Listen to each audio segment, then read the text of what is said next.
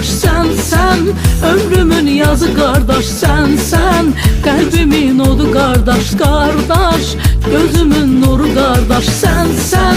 başımın tacı kardeş sen ömrümün yazı kardeş sen kalbimin odu kardeş gözümün nuru kardeş.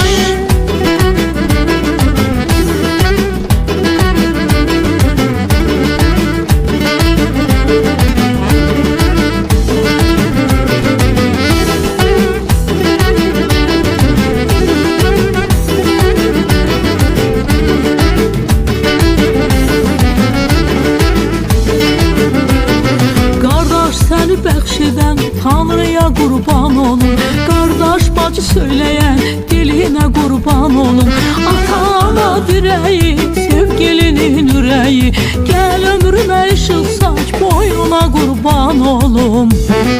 Başın üstə ayınam, damarında qanınam Qoruyucu mələyin, şirin nazlı bacınam Sevinç dolu dünyanam, qardaş sənə qurbanam Nəğmə dolu sözümlə, xoş gününə heyranam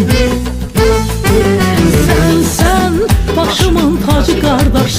sen ömrümün yazı kardeş sen kalbimin odu kardeş gözümün nuru kardeş